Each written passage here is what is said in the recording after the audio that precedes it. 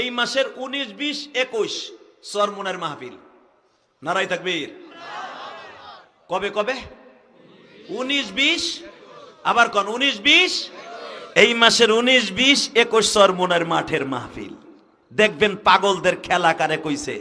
এই মাগরিবের নামাজের পরে দাওয়াত দিয়ে গেলাম, আপনারা যাবেন তো ইনশাল্লাহ? সবাই যাবেন ইনশাল্লাহ? চরমনায় যাবেন তো? নারায়ে তাকবীর।